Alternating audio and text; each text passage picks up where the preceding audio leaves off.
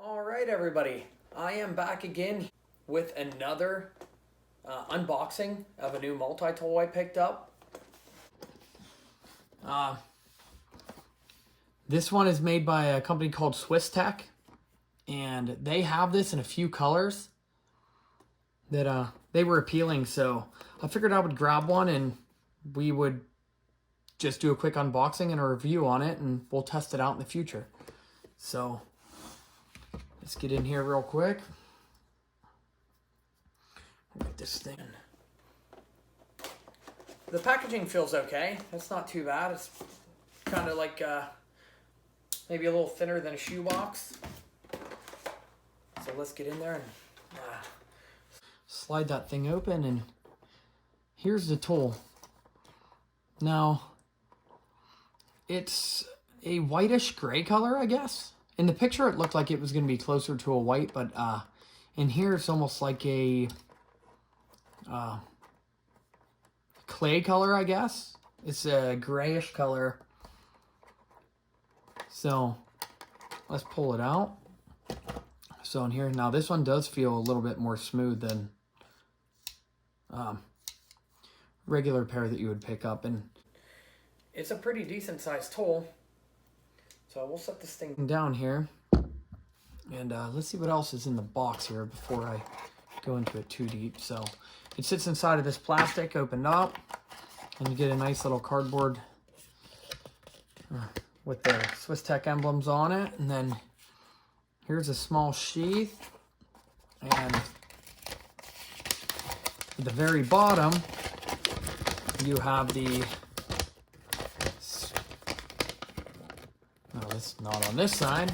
Here's the English side. You have all of the options for the tools that you can use on this. So there is quite a few features on this thing. It tells you it is 8CR13 MOV steel. I don't know, it doesn't tell you whether that's just the knife or if it's the entire tool, but that is a better quality steel than what you normally see on these, like that 3CRs and 7CRs. So we'll get a good look at this thing. So we'll look at the sheath real quick before we look at the tool, and it looks like there's a spot here. This thing folds all up. There is no pocket clip on this thing, so you're either going to carry it in a pocket or in this pouch on your belt. And it's a nice tight fit in here, so it's not like you're going to, it's not going to fall out of this thing. So there it is in the pouch. It's a nice little pouch, it looks like. It's not going to rip. The button's fairly sturdy on it.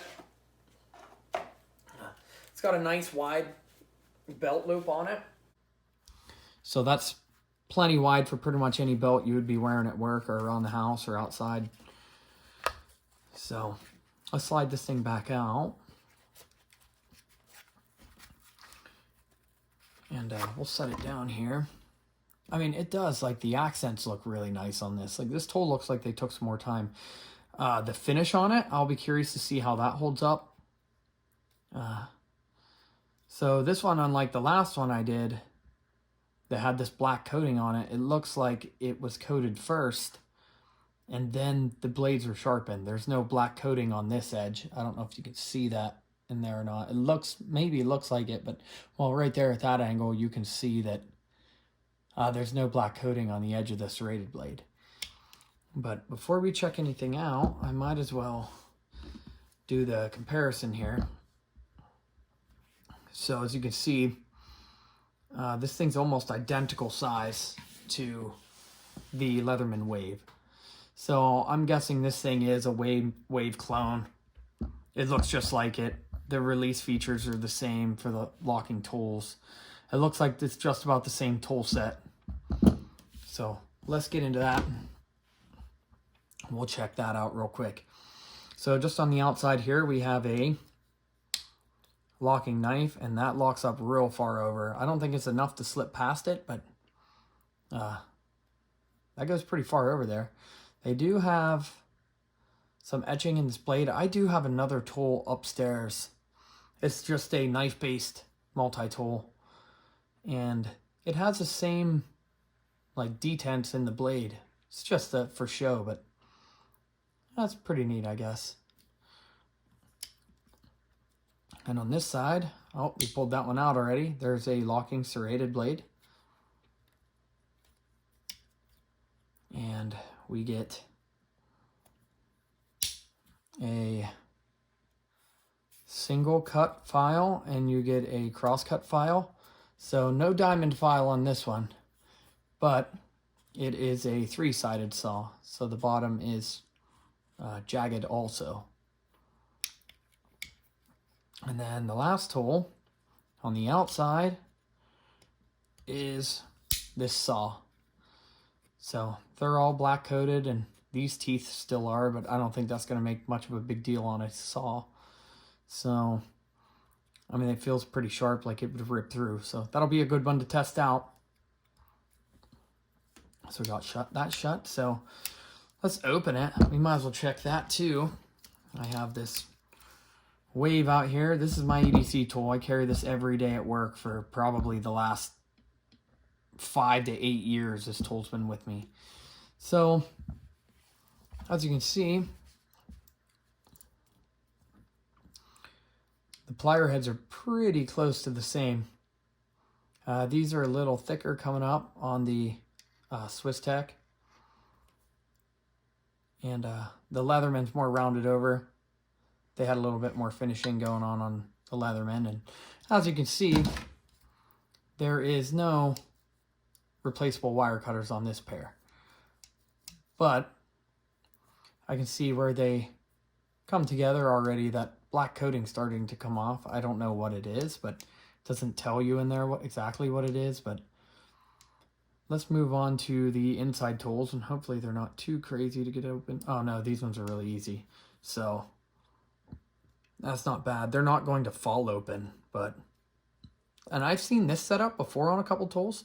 So all of these lock, but you do get this cool feature on this side where you get a larger Phillips head, and you get like a Phillips 0 also, and you get that Phillips 2, plus you get the flat on that side also. There's nothing else in this side, but just having that Phillips and flat is enough to get most things done that you would need to. That could probably be used as a scraper also in a pinch. But that's that side. Let's go over to this side and see what we got in there.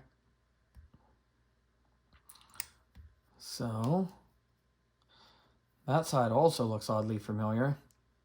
So we got this bottle opener here, and you got a wire stripper, and this one also, the coating is taken out or off of the wire stripper. So this one probably will work fairly well. And then you have this combination flathead and strap cutter. It's a little shorter than what they normally are, but you don't need, you have the whole length of this handle if you're going to be cutting through straps. And then also you have this pair of scissors, which it has a pretty strong spring on it also. Even that in comparison with the wave scissors,